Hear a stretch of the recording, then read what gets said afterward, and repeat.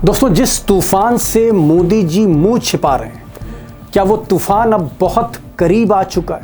जी हां, मैं महंगाई के तूफान की बात कर रहा हूं, एक ऐसे मुश्किल वक्त की जहां 72 रुपए लीटर का दूध 100 रुपए पार जा सकता है, और जो 95 रुपए का पेट्रोल था दिल्ली में, जो अब 100 के पार है, ये 150 पार जा सकता है। और जो गैस सिलेंडर बाजार में 4000 रुपए का ब्लैक हो रहा है इस वक्त, उसकी कीमत कहां पहुंचेगी ये आप भी समझ रहे होंगे।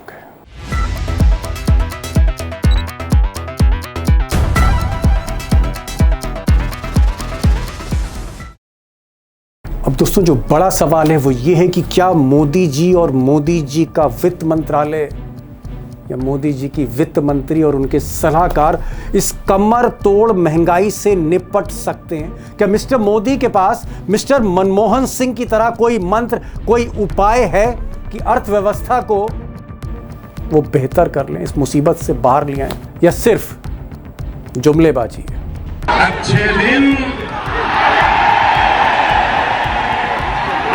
दिन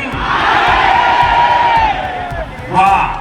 अब दोस्तों, जुमलेबाजी का मैंने जिक्र इसलिए किया क्योंकि इतना कुछ देखने के बाद, जो सामने तूफान दिख रहा है, उसके बावजूद आज की तारीख में भी मोदी जी और उनके मंत्री ये कह रहे हैं हर जगह कैमरे पर कि महंगाई बिल्कुल नियंत्रण में, कंट्रोल में। और दूसरी तरफ उन्हीं के सरकार के आंकड़े बता रहे हैं कि जो होलसेल इन्फ्लेशन है, यानी जो होलसेल महंगाई है, 8% से ज़्यादा है, 8% से ज़्यादा है, और एक तरह का रिकॉर्ड है होलसेल महंगाई का।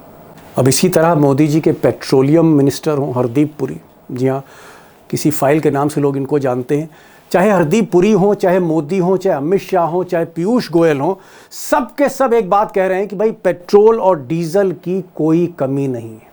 लेकिन दिल्ली से थोड़ी दूर यूपी, दिल्ली से सटे यूपी में पुलिस बाकायदा अनाउंस कर रही है, पुलिस बाकायदा ऐलान कर रही है कि 5 लीटर से ज़्यादा डीजल किसी को नहीं मिलेगा, और अगर किसी ने 5 लीटर से ज़्यादा डीजल लिया तो फिर कार्रवाई होगी।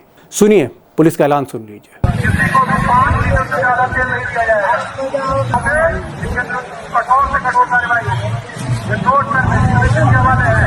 और दोस्तों, अगर रुपए की बात करें तो नरेंद्र मोदी 2014 में जब उन्होंने प्रधानमंत्री की शपथ ली थी तो एक यूएस डॉलर 60 रुपए के बराबर था, और आज मोदी जी के प्रधानमंत्री रहते रहते इन 10-12 सालों में रुपया जो है टूटता $1 96 रुपए के बराबर है। और ऐसा लगता है, जो हालात हैं, कि शायद ये रुपया 100 पार ना चला जाए, शतक ना लगा दे मोदी जी के रहते हुए।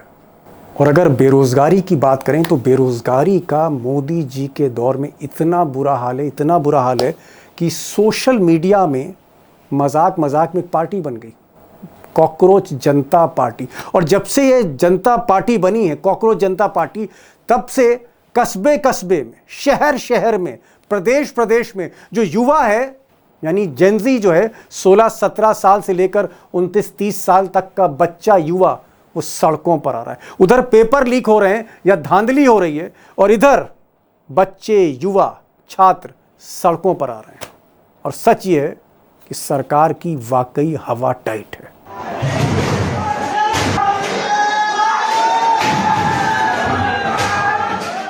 अब दोस्तों, बेरोजगारी की जो बुनियादी वजह है वो ये है कि जगह जगह कारखाने बंद हो रहे हैं, उद्योग बंद हो रहे हैं, चाहे छोटे उद्योग हों, बड़े उद्योग हों।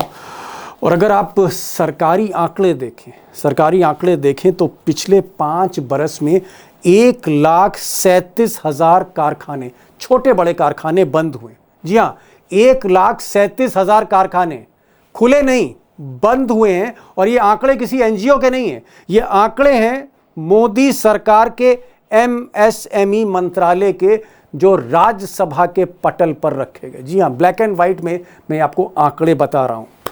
और दोस्तों, अगर पढ़े लिखे ग्रेजुएट बेरोज़गारों की बात करें, ग्रेजुएट अनएम्प्लॉयड की बात करें, यानी जो बीटेक हैं, इंजीनियर हैं, या फिर जिन्होंने बीकॉम कर रखा है, या फिर डॉक्टरी कर रखी है, या फिर आप कह सकते हैं सिंपल बीए पास हैं, यानी यूनिवर्सिटी में पढ़ाई करके जो बाहर आए नौकरी की तलाश में, इनकी संख्या भी तेज़ी से बढ़ रही है, ऑलमोस्ट डबल होते हुए मुझे दिख रही है। अब ये मैं आंकड़ा दे रहा हूँ, अजीम प्रेमजी यूनिवर्सिटी का आंकड़ा है, ताज़ा रिसर्च है 2026 की। 2017 से इन्होंने आंकड़े लिए हैं, जिस वक्त मोदी तब भी प्रधानमंत्री थे। और ये आंकड़ा कहता है कि जो ग्रेजुएट युवा हैं, ग्रेजुएट यूथ हैं, 40% तब बेरोज़गार थे 2017 में, और ये गिनती बढ़ते बढ़ते जस्ट डबल हो गई। आंकड़ा इस वक्त 67% प्लस है। इसका मतलब ये है कि जो बेरोज़गार युवा हैं 1 करोड़ से कहीं ज़्यादा, उसमें 2 तिहाई ग्रेजुएट हैं, पढ़े लिखे हैं। अब दोस्तों, कई आंकड़े मैंने आपके सामने रखे हैं, ज़्यादातर आंकड़े सरकारी आंकड़े हैं, लेकिन आंकड़े जो भी कह रहे हों, जो भी तस्वीर बयान कर रहे हों, इसका असर गुजरात लॉबी पर नहीं है। मोदी शाह देश को सपना दिखाने में कभी नहीं चूकते, कोई मौका नहीं चूकते। और पिछले कई बरसों से ये बात कही जा रही है मोदी के द्वारा, शाह साहब के द्वारा, कि हिंदुस्तान जल्दी $5 ट्रिलियन की इकॉनमी बनने जा रहा है। यानी हम अमेरिका और चाइना के बाद तीसरे सबसे शक्तिशाली दुनिया के अर्थव्यवस्था बनने जा रही है। बात लगातार हो रही है, कल भी हो रही थी, आज भी हो रही है। सुनिए एक बार, मोदी जी को सुन लीजिए और उनके चाणक्य अमित शाह साहब को भी सुन लीजिए। 2024 तक भारत को $5 ट्रिलियन की इकोनॉमी बनाने के संकल्प को सिद्ध करने में जुटे हैं। 2025 में $5 ट्रिलियन की अर्थव्यवस्था के निर्माण में योगदान देने के लिए समर्थ है, सक्रिय है। 2027 तक $5 ट्रिलियन की अर्थव्यवस्था बनना। अब दोस्तों, ज़मीनी सच्चाई ये है कि ख्वाब दिखाए जा रहे थे तीसरी पायदान पर खड़े होने के, लेकिन फिसलते फिसलते हम छठी पायदान पर आ गए। और ये आंकड़ा आप देख सकते हैं जीडीपी का 2026 का। यूएस टॉप पर है 32 ट्रिलियन इकॉनमी के साथ, डॉलर की इकॉनमी के साथ। चाइना जो है 20 ट्रिलियन डॉलर की इकॉनमी पे नंबर 2 पे, नंबर 3 पे जर्मनी, नंबर 4 पे जापान है, नंबर 5 पे यूके है, और नंबर 6 पर हम हैं। बात तीसरे पायदान की हो रही थी, लेकिन उल्टा लुढ़कते लुढ़कते छठे पायदान पर आ गए। अब दोस्तों, आज की इस खबर में, कहानी में, एनालिसिस में मैं अपनी तरफ से कुछ भी नहीं कह रहा, एक लाइन मैंने अपनी तरफ से ऐड नहीं करी है। और क्योंकि जीडीपी की बात चली है, तो जीडीपी में भी देश के जो जाने माने एक्सपर्ट हैं, सुभाष गर्ग साहब, जी हाँ, आईएएस ऑफिसर रहे, और मोदी जी की सरकार में, जब मोदी जी प्रधानमंत्री थे 2019 में थे वो, तो 2019 में सुभाष गर्ग फाइनेंस सेक्रेटरी थे, मोदी जी के फाइनेंस सेक्रेटरी थे। और ये जो फाइनेंस सेक्रेटरी हैं गर्ग साहब, इनका कहना है कि दरअसल ग्रोथ की कोई स्टोरी ही नहीं है, हम आगे बढ़ रहे हैं या हमारी जीडीपी आगे बढ़ रही है, ऐसा कुछ भी नहीं है। हकीकत यह है कि रुपया कमजोर हो रहा है, और डॉलर के मुकाबले जिस तरह से रुपया टूटता चला जा रहा है, जीडीपी भी टूट ही रही है, क्योंकि दुनिया की जो जीडीपी है देशों की, वो डॉलर के ही टर्म्स में आंकी जाती है। और इनका कहना है कि अगर आप डॉलर के टर्म्स में जीडीपी देखेंगे भारत की, तो जो ग्रोथ है, बढ़त है, वो ना के बराबर है। It's almost zero growth, zero. 25-26 की हमारी जीडीपी, अगर आप डॉलर का इफेक्ट हटा देते हैं, तो लगभग जीरो हो जाती है। अब दोस्तों, आंकड़े भी आपने जान लिए, सच्चाइयाँ भी जान ली, लेकिन इसके पीछे आखिर वजह क्या है? ये जो इकॉनमी हमारी स्लाइड करती चली गई, फिसलती चली गई दिन ब दिन, उसके पीछे असली कारण क्या है, वजह क्या है? और शायद वजह पंडित नेहरू नहीं, जैसा कि मोदी जी अक्सर कहते हैं। इसके पीछे की जो वजह है वो नरेंद्र दामोदर दास मोदी और उनके फैसले, जो उन्होंने ब्लंडर किए। सबसे बड़ा ब्लंडर जो एक्सपर्ट्स कहते हैं, जिसमें ज़्यादातर एक्सपर्ट्स बीजेपी से जुड़े अर्थशास्त्री, उनका मानना है कि सबसे बड़ा ब्लंडर मोदी जी की नोटबंदी थी। शायद आपको याद आ जाए उनका ये बयान। 8 नवंबर 2016 की रात्रि को 12 बजे से वर्तमान में जारी 500 रुपए और 1000 रुपए के करेंसी नोट लीगल टेंडर नहीं रहेंगे। अब दोस्तों, नोटबंदी के उस दौर में जहां हम और आपने भी तकलीफ तो सही, आप भी लाइन में लगे, हम भी लाइन में लगे कैश के लिए, लेकिन असली जो तबाही मची वो जो छोटे घरेलू उद्योग थे असंगठित क्षेत्र में।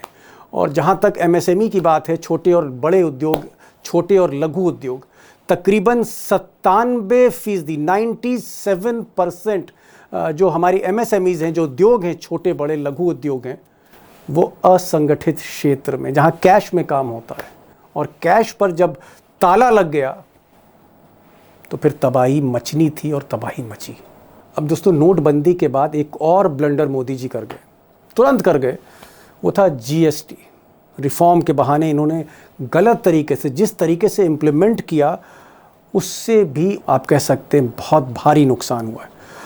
इसी तरह से अगर आप देखें तो मैन्युफैक्चरिंग फेलियर हुए, digital India, make in India, इस तरह की जो योजनाएं मोदी जी लाए थे, बहुत सफल नहीं हुई, कामयाब नहीं हुई।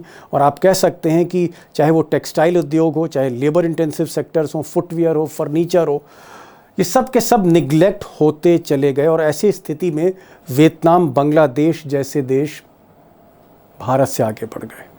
अब दोस्तों, महंगाई कह लीजिए या GDP कह लीजिए, इस पर असर एक और बड़े कारण से हुआ, वो था इंपोर्ट एक्सपोर्ट। हमारी जो इकॉनमी है, अर्थव्यवस्था है, ये कहीं ना कहीं इंपोर्ट पर डिपेंड होती चली गई। हम आयात पर ही निर्भर होते चले गए आत्मनिर्भर की जगह।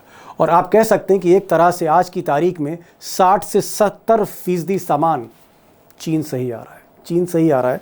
और जहाँ तक एक्सपोर्ट की बात है, वहाँ भी मोदी जी ने कई गलतियाँ करी। अगर आप ये रिपोर्ट देखें तो शायद आपको ये एहसास होगा कि जहाँ वियतनाम, साउथ कोरिया या बाकी देश सेमीकंडक्टर और चिप्स बना रहे हैं, तो हम ऐसे वक्त पर जेम और ज्वेलरी को एक्सपोर्ट का प्रमोशन कर रहे हैं। और दोस्तों, जब हमारे कारखाने बंद होते चले गए, एक्सपोर्ट यानी निर्यात कम होते चले गए, आयात बढ़ता चला गया, रुपया टूटता चला गया, और कहीं ना कहीं हम अमेरिका के आगे झुकते चले गए, उसका असर ये हुआ कि कहीं ना कहीं अर्थव्यवस्था मोदी जी के हाथ से निकलने लगी, क्योंकि जो ध्यान था मोदी और शाह का, वो सिर्फ एक के बाद एक राज्यों के चुनाव जीतने का था, कि किस तरह से मोदी जी को हरियाणा जीतना है, हारा हुआ महाराष्ट्र जीतना है, या केजरीवाल को दिल्ली से किनारे करना है, या फिर बिहार अपने हाथ में लेना है, या ममता के किले को ध्वस्त कर देना किसी कीमत पर। इस पर जब फोकस रहा तो अर्थव्यवस्था हाथ से जाती रही। और ऐसी स्थिति में मोदी खुद पैनिक हो गए, गवर्नमेंट को भी पैनिक कर दिया। और शायद सबसे ज़्यादा खलबली खुद मोदी जी ने पैदा कर दी, जब उन्होंने कहा कि आप कार से मत चलिए, स्कूटर से मत चलिए, तेल मत डलवाइए, मेट्रो से चलिए, बस से चलिए, विदेश मत जाइए, सोना मत खरीदिए। पेट्रोल डीजल का उपयोग कम करें, हम सोने की खरीद को टालें, हमें विदेशों में जाने की बातों को टालना चाहिए।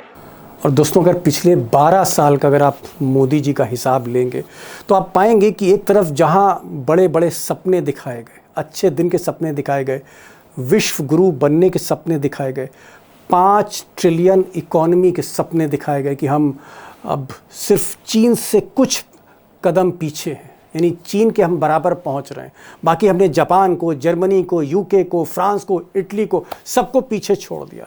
इस तरह के जहां सपने दिखाए जा रहे थे, सच्चाई ये थी कि ज़मीन पर जनता की जो कमर थी, महंगाई से टूटती चली जा रही थी। और अगर मैं आपको हिसाब दूं पिछले 12 साल का, तो रुपया जो 60 रुपए का था मोदी जी के आने पर, आज 100 रुपए की तरफ जा रहा है। और अगर तेल पर निर्भरता जब मोदी जी ने पहली बार शपथ ली थी 70% थी, तो आज वो 90% की तरफ बढ़ रही। जी हाँ, 90%, ऑलमोस्ट 90%।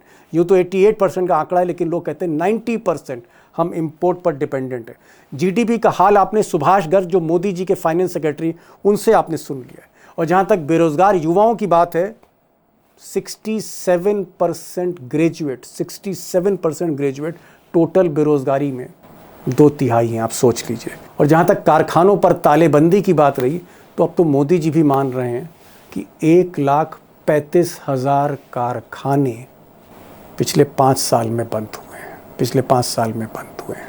और दोस्तों, जो सबसे कड़वा सच है हमारी अर्थव्यवस्था का, वो ये है कि 80 करोड़ लोग, हमारे भाई बहन, आज भी सरकारी राशन पर निर्भर हैं।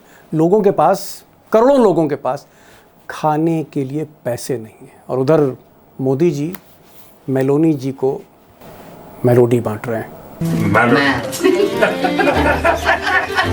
तो दोस्तों, ये थी आज की स्पेशल रिपोर्ट। आपको कैसे लगी?